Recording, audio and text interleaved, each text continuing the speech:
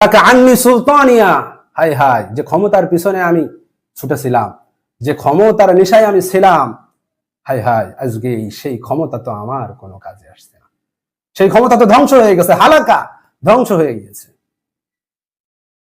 যে সমস্ত মানুষরা আমার পিছনে ছুটতো, বলতো ভাই ভাই অমুক ভাই তমুক ভাই, আজকে কই, আমার পিছনে তো কেউ নেই, আমার কোনো প্রতিপত্তি নেই, আমার কোনো ক্ষমতা নেই, আমার কোনো কথা নেই, আমার দাপটে দুনিয়ার মানুষেরা তটস্থ থাকতো, আজকে তো আমার কোনো ক্ষমতা নেই।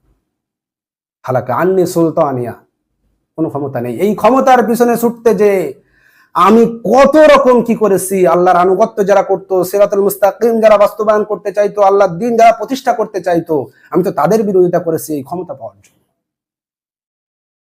এই ক্ষমতা পাওয়ার জন্য তো আমি আল্লাহর আনুগত্য করতে পারিনি, আল্লাহর দাসত্ব করতে পারিনি। এই ক্ষমতা পাওয়ার জন্যই তো আমি নেতা নেত্রী, আমার যারা অধীনস্থ ছিল তাদেরকে আমি আল্লাহর আসনে বসিয়ে দিয়েছিলাম, রবের আসনে বসিয়ে দিয়েছিলাম।